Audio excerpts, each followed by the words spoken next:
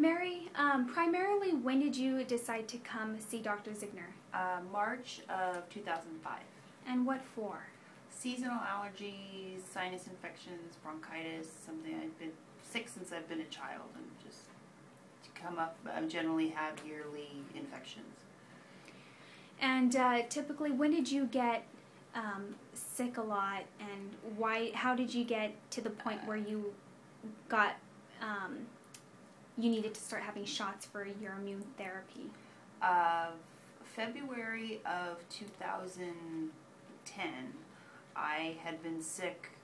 That particular illness I had from October to February, and at that point she was thinking something's going on, so we tested my blood, and it came back that I basically was not building antibodies, but they weren't that low at that point, so she had given me an injection in the office to kind of simulate the immune therapy, what it would be like if I did start it.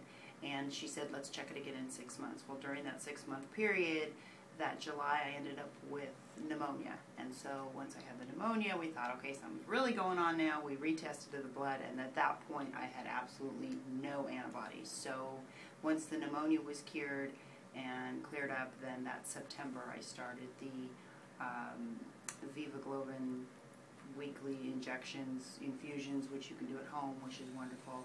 And then, and I've still been doing that. And so I've been doing that since September, and we're now in May.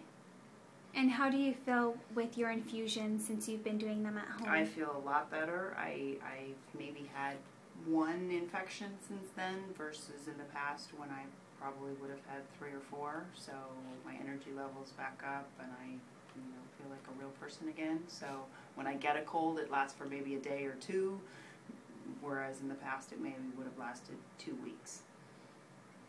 So if you could tell anybody that had a low immune system, that was having trouble and getting sick a lot, and they weren't making antibodies, what would you say to them? I would say definitely get your blood levels checked.